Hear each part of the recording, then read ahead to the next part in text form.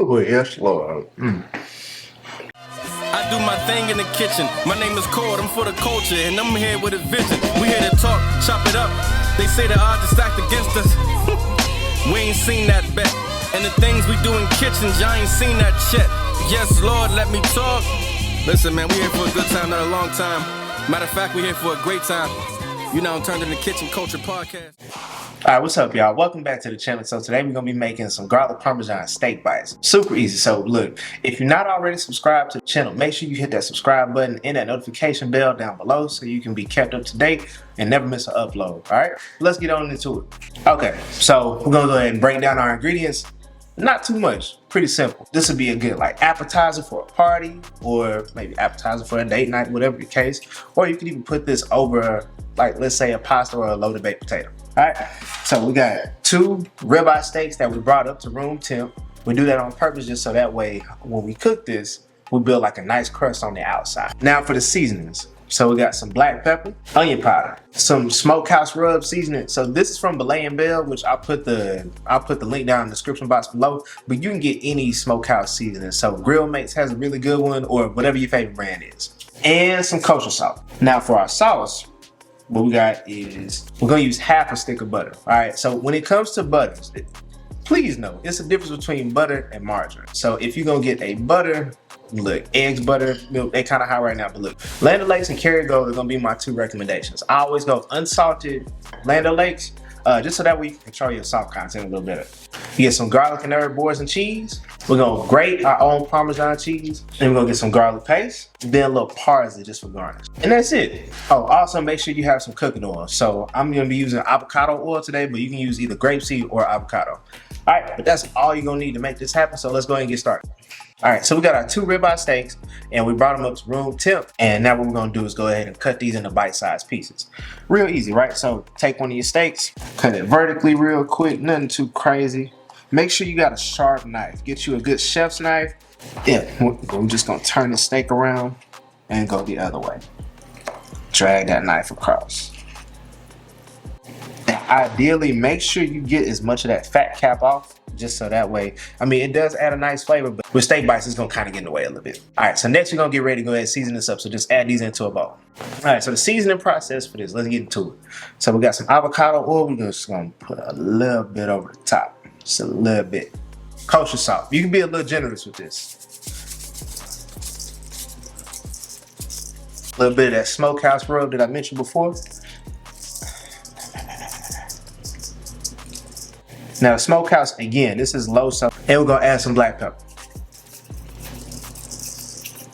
All right, gonna mix this around real quick. Yeah, so with steak, you really don't want to over season this with adding a whole bunch of onion powder and just this, that, and the third. It don't really take all that. And this is what your steak will look like. All right, so we got a stainless steel skillet. You can use cast iron too. That's completely fine. We're gonna go ahead and add some avocado oil to the mix.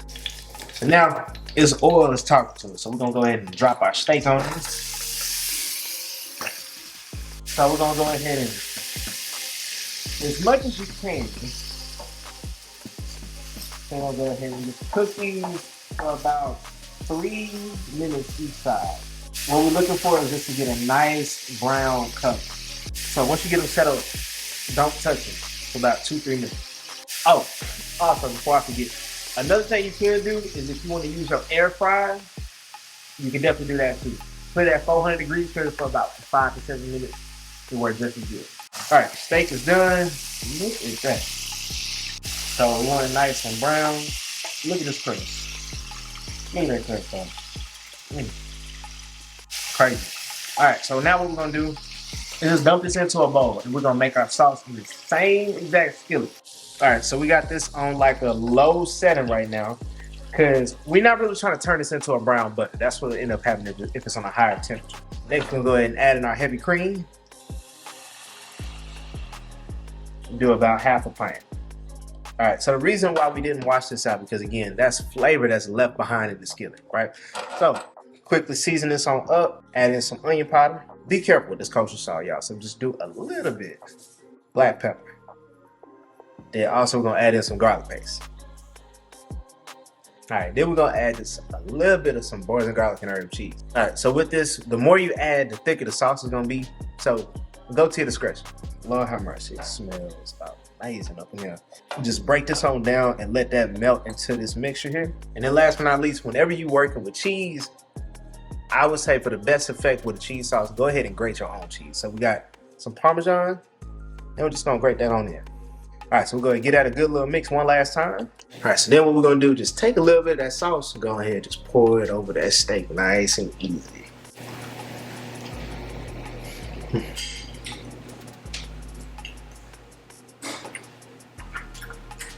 Oh yeah, that's a hit right there. That is a hit.